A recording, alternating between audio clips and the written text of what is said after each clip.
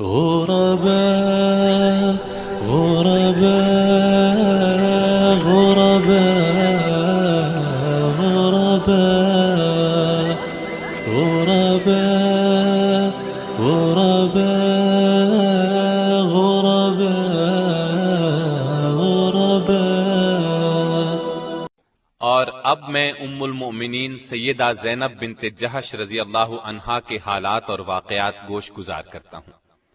آپ کا نام برہ تھا، والد کا نام جحش اور والدہ کا نام امیمہ تھا، جو عبد المطلب کی صاحبزادی تھی۔ اس طرح سیدہ زینب نبی صلی اللہ علیہ وسلم کی سگی پھوپھی کی بیٹی تھی۔ امیمہ عبداللہ کی حقیقی بہن اور رسول اللہ صلی اللہ علیہ وسلم کی پھوپھی تھی۔ سیدہ زینب اسلام اور ہجرت کے اعتبار سے السابقون الاولون میں شامل ہیں۔ یہ بات واضح طور پر معلوم نہیں ہو سکی کہ آپ کی والدہ امیمہ نے اسلام قبول کیا تھا یا نہیں۔ ایک روایت کے مطابق اسلام قبول کر لیا تھا، لیکن دوسری روایت میں ہے کہ نہیں کیا تھا۔ آپ رضی اللہ عنہا کا نام برہ تھا، رسول اللہ صلی اللہ علیہ وسلم نے تبدیل کر کے زینب رکھا۔ نبی صلی اللہ علیہ وسلم کے نکاح میں آنے سے پہلے آپ کے منہ بولے بیٹے اور آزاد کردہ غلام سیدنا زید بن حارثہ کے نکاح میں تھی۔ چونکہ نبی اکرم صلی اللہ علیہ وسلم کی پھوپھی زاد بہن بھی تھیں اور عرب کا دستور یہ تھا کہ آزاد کردہ غلاموں کو اپنے لیے شرم کا باعث سمجھتے تھے، اس لیے آپ صلی اللہ علیہ وسلم نے جب اپنے آزاد کردہ غلام زید بن حارثہ کا پیغام دیا تو سیدہ زینب اور ان کے بھائی نے صاف انکار کر دیا۔ اس پر قرآن حکیم کی یہ آیت نازل ہوئی۔ وما كان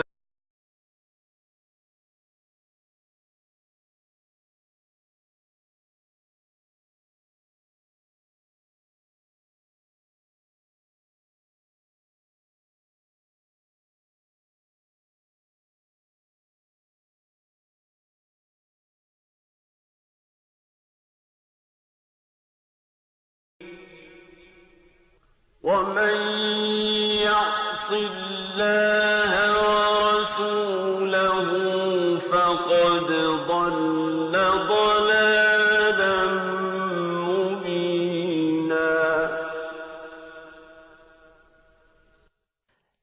کسی مومن مرد اور مومن عورت کو یہ حق نہیں ہے کہ جب اللہ اور اس کا رسول کسی معاملے کا فیصلہ کر دیں تو ان کے لیے اپنے معاملے میں کوئی اختیار باقی رہ جائے، اور جو کوئی اللہ تعالی اور اس کے رسول کی نافرمانی کرے وہ بڑی واضح گمراہی میں جا پڑا۔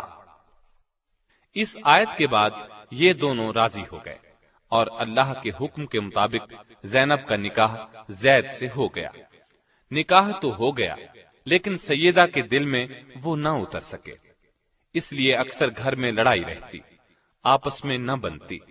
زید ہمیشہ نبی صلی اللہ علیہ وسلم سے زینب کی بے رخی کا گلہ کرتے، عرض کرتے میں زینب کو طلاق دینا چاہتا ہوں، لیکن آپ منع فرما دیتے، فرماتے اس نے تمہیں میری خاطر قبول کیا ہے، اس لیے اب چھوڑنا اچھی بات نہیں ہوگی، مجھے اپنے خاندان میں ندامت اور شرمندگی ہوگی۔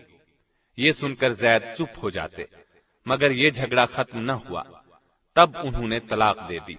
تو رسول اللہ صلی اللہ علیہ وسلم نے سوچا کہ زینب رضی اللہ عنہا کی دل جوئی اس طرح ممکن ہے کہ میں خود اس سے نکاح کروں، لیکن جاہلوں اور منافقوں سے آپ کو یہ اندیشہ تھا کہ لوگ یہ طعنہ دیں گے کہ اپنے منہ بولے بیٹے کی بیوی کو گھر رکھ لیا، یعنی اس سے نکاح کر لیا، حالانکہ لے پالک کسی طرح بھی بیٹے کے حکم میں شامل نہیں۔ عرب میں مدت سے ایک برا دستور چلا آ رہا تھا، یہ کہ اگر کسی کو منہ بولا بیٹا بنا لیتے تو اس کی طلاق یافتہ بیوی سے نکاح کرنے کو حد درجے برا خیال کرتے تھے۔ اللہ تعالی نے چاہا اس بری رسم کو نبی صلی اللہ علیہ وسلم کے فعل اور عمل سے ختم کر دیں، چنانچہ آپ صلی اللہ علیہ وسلم کو بذریعہ وحی اطلاع دی گئی کہ زید کے طلاق دینے کے بعد زینب آپ کے نکاح میں آئیں گی، تاکہ لوگوں کو معلوم ہو جائے منہ بولے بیٹے کی بیوی کا وہ حکم نہیں ہے جو حقیقی بیٹے کی بیوی کا ہے۔ آخر ایک دن زید نے آ کر آپ کو بتایا کہ اس نے تنگ آ کر زینب کو طلاق دے دی ہے۔ یہ سن کر آپ خاموش ہو گئے۔ جب سیدہ زینب کی عدت پوری ہو گئی تو آپ صلی اللہ علیہ وسلم نے زید ہی کو حکم دیا کہ وہ جائیں اور زینب کو آپ کے لیے نکاح کا پیغام دیں۔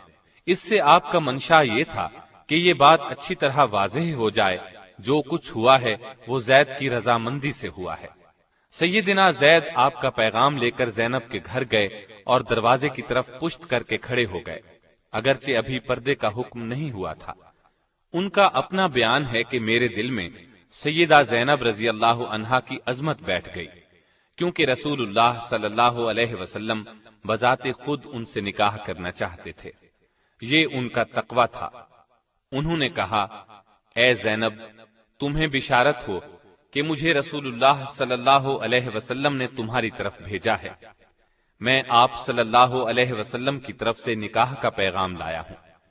اس پر زینب نے جواب دیا کہ میں اس وقت تک کچھ نہیں کہہ سکتی جب تک میں اپنے رب سے مشورہ نہ کر لوں، مطلب یہ تھا کہ استخارہ کر لوں، پھر بتاؤں گی۔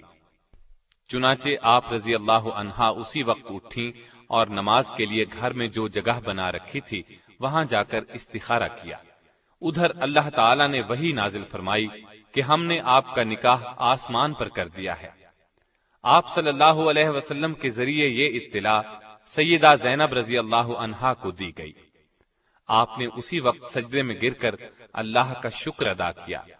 اس اطلاع کے بعد آپ صلی اللہ علیہ وسلم ان کے گھر میں داخل ہو گئے اور فرمایا، تمہارا نام کیا ہے؟ سیدہ نے فرمایا، برہ ہے۔ آپ نے برہ کی بجائے زینب نام تجویز فرمایا۔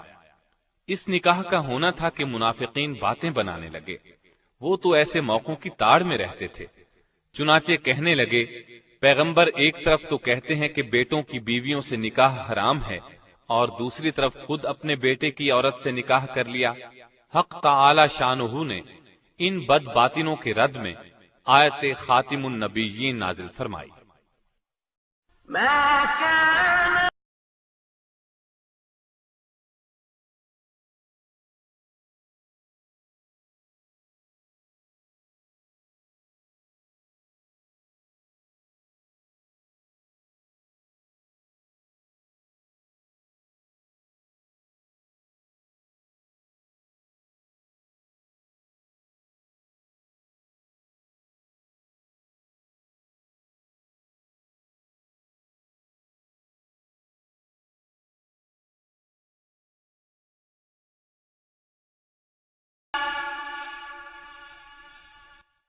محمد صلی اللہ علیہ وسلم تمہارے مردوں میں سے کسی کے باپ نہیں ہیں، لیکن وہ اللہ کے رسول اور خاتم النبیین ہیں، اور اللہ تعالی ہر چیز کا خوب علم رکھنے والا ہے۔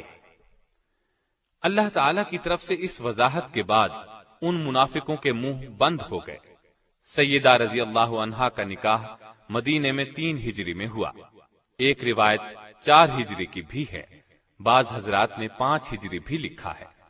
نبی صلی اللہ علیہ وسلم نے نکاح کے بعد ولیمے کا بھی اہتمام کیا، چنانچہ سیدنا انس رضی اللہ عنہ فرماتے ہیں، رسول اللہ صلی اللہ علیہ وسلم نے کسی بیوی کے ولیمے میں اس قدر اہتمام سے کام نہیں لیا جتنا سیدہ زینب کے ولیمے میں فرمایا۔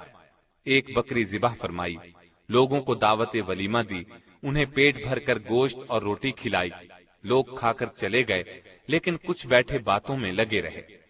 آپ صلی اللہ علیہ وسلم نے زبان سے تو انہیں کچھ نہ فرمایا، لیکن وہاں سے اٹھ کھڑے ہوئے تاکہ وہ سمجھ جائیں، اور سیدہ عائشہ رضی اللہ عنہا کے حجرے میں تشریف لے گئے۔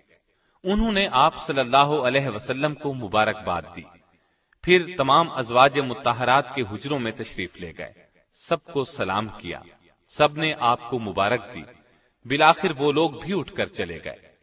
ان کے اس قدر تاخیر سے جانے پر آیت حجاب نازل ہوئی۔ اس آیت کے نزول کے بعد آپ صلی اللہ علیہ وسلم نے دروازے پر پردہ لٹکا دیا اور لوگوں کو گھر کے اندر جانے کی ممانعت ہو گئی۔ سیدہ کے نکاح کی چند خصوصیات بھی سن لیں۔ جاہلیت کی یہ رسم کہ متبنہ حقیقی بیٹے کا حکم رکھتا ہے مٹ گئی۔ اسلامی مساوات کا شاندار اظہار ہوا۔ آزاد کردہ غلام اور آقا کا فرق ختم ہو گیا۔ اس نکاح میں پردے کا حکم نازل ہوا، نکاح کے لیے وحی آئی، یہ نکاح آسمانوں پر ہوا۔ سورہ احزاب کی آیت 37 سیدہ زینب رضی اللہ عنہا کے بارے میں نازل ہوئی۔ اس بنا پر سیدہ زینب دوسری بیویوں پر فخر کیا کرتی تھی کہ تمہارے نکاح تو تمہارے گھر والوں نے زمین پر کیے، جبکہ میرا نکاح میرے رب نے 7 آسمانوں سے اوپر کیا۔ صدیقہ کائنات سیدہ عائشہ صدیقہ رضی اللہ عنہا خود فرماتی ہیں کہ میں نے ان سے زیادہ کسی عورت کو دیندار اور اللہ سے ڈرنے والا اور سچ بولنے والا نہیں پایا۔ ان سے زیادہ صلہ رحمی کرنے والا اور صدقہ خیرات کرنے والا کسی کو نہیں پایا۔ وہ محنت کر کے صدقہ کرتی تھی تاکہ اللہ کا قرب حاصل ہو۔ آپ صلی اللہ علیہ وسلم بھی سیدہ زینب کی بہت خاطرداری فرماتے، ان کی صفات کا لحاظ فرماتے۔ ایک روز آپ صلی اللہ علیہ وسلم نے ارشاد فرمایا تھا کہ تم میں سے سب سے جلد مجھ سے وہ ملے گا جس کا ہاتھ تم میں سے سب سے لمبا ہوگا۔ آپ کا اشارہ سخاوت کی طرف تھا، لیکن ازواج مطہرات نے اس کے ظاہری معنی مراد لیے اور اپنے بازوؤں کو ناپنا شروع کر دیا۔ لیکن جب سب سے پہلے سیدہ زینب کا انتقال ہوا، تب نبی صلی اللہ علیہ وسلم کے الفاظ کا مطلب ان کی سمجھ میں آیا، کیونکہ وہ اپنے ہاتھ سے کما کر خیرات کیا کرتی تھی۔ اپنا کفن بھی زندگی ہی میں تیار کر لیا تھا۔ آپ رضی اللہ عنہا کا انتقال 20 ہجری میں ہوا۔ اس وقت آپ رضی اللہ عنہا کی عمر 53 سال تھی۔ یہ سیدنا عمر فاروق رضی اللہ عنہ کی خلافت کا زمانہ تھا، اس لیے سیدنا عمر رضی اللہ عنہ نے نماز جنازہ پڑھائی۔ جنازے کے بعد ازواج مطہرات سے دریافت کیا کہ ان کی قبر میں تدفین کے لیے کون داخل ہوگا۔ انہوں نے جواب دیا، وہ لوگ جو زندگی میں ان کے پاس آتے تھے وہی قبر میں اتاریں۔ چنانچہ سیدنا اسامہ بن زید، سیدنا محمد بن عبداللہ بن جہش اور عبداللہ بن ابی احمد بن جہش اور محمد بن طلحہ نے انہیں قبر میں اتارا۔ آپ رضی اللہ عنہا کو جنت البقیع میں دفن کیا گیا۔ نبی صلی اللہ علیہ وسلم کے ساتھ نکاح کے وقت ان کی عمر 35 سال تھی۔ 37 سال کی روایات بھی ملتی ہیں۔ آپ کے انتقال پر سیدہ عائشہ نے فرمایا، افسوس، آج ایسی عورت گزر گئی جو پسندیدہ اوصاف والی، عبادت گزار اور یتیموں اور بیواؤں کا سہارا تھی۔ انتقال کے بعد آپ نے ایک مکان یادگار چھوڑا۔ آپ کے اس مکان کو خلیفہ ولید بن عبد الملک نے اپنے زمانہ حکومت میں 50,000 درہم میں خرید کر مسجد نبوی میں داخل کیا۔ آپ رضی اللہ عنہا نے بہت کم احادیث روایت کی، صرف 11 احادیث کتب میں ملتی ہیں۔ آپ میں تقوی غضب کا تھا، عبادت کا خاص شوق تھا۔ عبادت نہایت خشوع اور خضوع سے کرتی تھی، کثرت سے روزے رکھتی تھی، اپنے ہاتھ سے کماتی تھی اور جو کماتی تھی سب مساکین پر صدقہ کر دیتی تھی۔ سیدنا عمر فاروق نے جب پہلی مرتبہ سیدہ زینب کو وظیفہ بھیجا تو انہوں نے خیال کیا کہ یہ سب ازواج مطہرات کا ہے، اور فرمایا، اللہ عمر کی مغفرت فرمائے، وہ خود ہی تمام امہات المومنین میں تقسیم کر دیتے۔ اس پر لوگوں نے بتایا، یہ سب آپ کا ہے۔ سیدہ زینب نے فرمایا، سبحان اللہ، پھر اپنے اور اس مال کے درمیان میں ایک کپڑے کا پردہ ڈال دیا۔ پھر مال لانے والوں کو فرمایا کہ اس کو یہاں ڈال دو اور اس پر ایک کپڑا ڈال دو۔ پھر فرمایا، اب کپڑے کے نیچے ہاتھ ڈال کر جتنا ہاتھ میں آئے وہ لوگوں میں تقسیم کرتے جائیں۔ اس طرح کپڑے کے نیچے سے مٹھی بھر بھر کر مال لوگوں میں تقسیم کر دیا گیا۔ سیدہ عائشہ فرماتی ہیں کہ میں نے کوئی عورت زینب سے زیادہ دیندار، پرہیزگار، سچی اور سخی نہیں دیکھی۔ اللہ کی رضا حاصل کرنے کے لیے ہر دم سرگرم رہتی تھی۔ البتہ مزاج میں ذرا تیزی تھی، جس کی بنا پر انہیں جلد ندامت بھی ہوتی تھی۔ سیدہ عائشہ فرماتی ہیں، جب سیدہ زینب کا انتقال ہوا تو مدینے کے فقراء اور مساکین میں ہلچل مچ گئی، کیونکہ ان کی ہمدرد، غم گسار اور ان کے لیے دونوں ہاتھوں سے بے دریغ مال لٹانے والی جو چل بسی تھی۔ اللہ تعالیٰ کی ان پر ہزارہا رحمتیں ہوں۔